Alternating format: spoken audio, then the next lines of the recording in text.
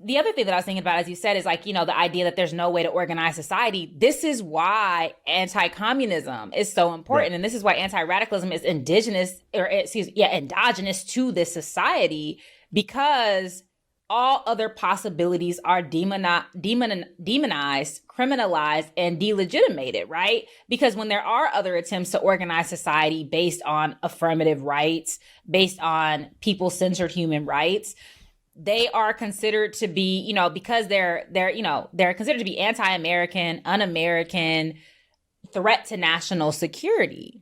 So then what does that say about Americanness? Like, what does that say about US security, right? It can only be like cannibalizing and predatory. That a whole other nation can't even organize their fucking nation the way that they want because it Right. threatens your interests. That's wild. And it's not only that you dislike it, you criminalize it and you seek to destroy it. Like, this is the logic of whiteness, right? And this is the logic of, and this is why to me it's so fundamentally rooted in capitalism and imperialism and settler colonialism, because we see how it is mobilized against groups, mostly racialized, but also European groups who dare to like organize their society in a way that is not predicated on a capitalist logic or a liberal capitalist ethic. Then they become enemies. Mm. So it's just, it's Well, ongoing. let's talk about that because like we're like going beyond the scope of these books, but I think it's a fruitful conversation because it's something that you're an expert in. I mean, you're writing a book on this, but it's like anti-communism is so as the cool kids say, imbricated. Mm-hmm. I still don't know what that word means, but I hear it a lot. I looked it up and it means like laying bricks on top of each other. Yeah, like roof shingles and shit. Yeah, like, something like yeah, that. Yeah. So it's very much integrated. Anti-communism is literally an outgrowth of anti-black racism, anti-indigenous racism, and just like white supremacy in general.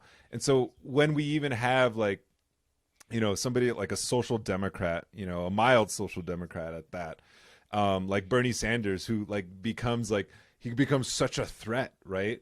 And I think, I was thinking about this in terms of like, as somebody who studies these movements, whether it's the Black Power movement or the Red Power movement, Red Power movement never militarily threatened the United States. We're such a minority of a minority that we never threatened the United States.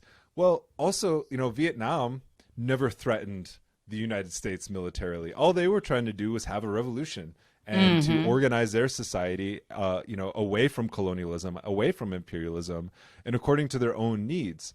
So why is it that a country like, Vietnam, which didn't have like massive oil reserves, didn't have like natural resources that the United States wanted, why did the United States invest so much time and energy in waging a genocidal war against the North Vietnamese army and the North Vietnamese, political project of socialism? It's because ideologically they represented a threat to the status quo, the global status quo. And ideologically, indigenous people, because we, have such our existence is a moral indictment against this country. And I would say the same exists for black people. Like the Black Panthers didn't pose a military threat to the United States either, but nonetheless had to be destroyed and crushed to a point in which that we all of our elders, our movement elders that should exist to pass that knowledge on, weren't able to do so. And it's been effective, like the counterintelligence campaigns, the counterinsurgency campaigns waged against these projects, that it's literally a continuation of the Indian Wars. It's a continuation of, Jim Crow slavery. It's a continuation of, plantation slavery, because it doesn't allow us to have even like a political alternative or a social alternative to what exists. And it has to be wiped out and snuffed out, and to the point in which the FBI was literally created to destroy communism, right? We have an agency in the United States government, a law enforcement agency that's literally dedicated to destroying any kind of movement that arises as an alternative or promoting equality or promoting social or economic rights.